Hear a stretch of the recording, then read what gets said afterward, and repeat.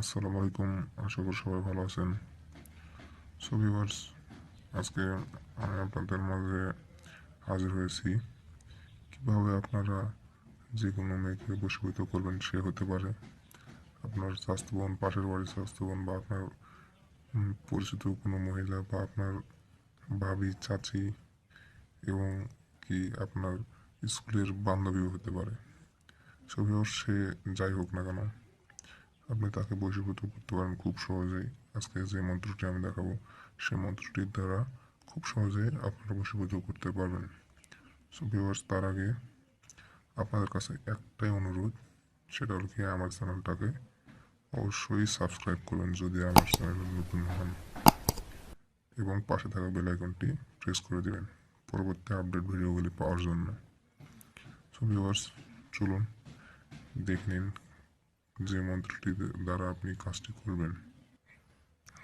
দেখতে পাচ্ছেন এই যে মন্ত্রটি, এই মন্ত্রটি পাঠ করবেন আপনারা 3 বার পাঠ করে যে ব্যক্তিকে বশীভূত করতে চান তাকে ফু দিবেন। দেখতে পাচ্ছেন এই যে শ্রী তেলিস্মাতি জাদুকরী ইন্দ্র বশ হস্তমুঠো অমুকি আমার স্বাদ, এই অমুকের জায়গায় কাঙ্ক্ষিত ব্যক্তির নামটি দিবেন। এবং কাজটি কখন করবেন? আপনি যে কোনো দিন কাজটি করতে পারেন, কিন্তু এই কাজটি যখন আপনি করবেন তখন আপনার কাঙ্ক্ষিত ব্যক্তিকে কোনো কিছু খেতে হবে, মানে খাওয়া অবস্থায় সে কিছু খাচ্ছে, এরকম অবস্থায় আপনি এই মন্ত্রটি 3 বার পাঠ করে তাকে ফু দিবেন। সে যে কোনো কিছু খাওয়ার সময়, সে পানি খাচ্ছে বা মুড়ি খাচ্ছে, বা মনে করেন যে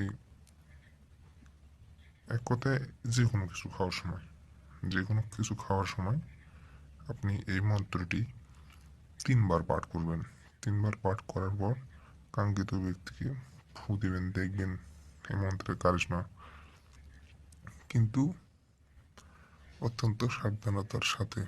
অনেকে আবার পরে বলে যে এসবকে ছাড়াবো কীভাবে, মানে তাকে ছাড়াবে কীভাবে, বশীভূত তো করে ফেললো খুব সহজেই। আসলে ভিউয়ার্স, অনেকেই থাকে খারাপ উদ্দেশ্য নিয়ে কাজ করে। সো আপনাদের কাছে আরেকটা অনুরোধ, সেটা হলো আপনারা কোনো খারাপ উদ্দেশ্য নিয়ে কাজটি করবেন না। এই ছিল আজকের ভিডিও, ট্রাই করবেন। এবং স্ক্রিনে দেওয়া আমার নাম্বার, এই নাম্বার আমার সঙ্গে যোগাযোগ করবেন। যদি কাজটি করতে না পারেন, আমি আপনাদের কাজটি করে দেব। ধন্যবাদ ভিউয়ার্স সবাইকে আমার ভিডিও দেখার জন্য।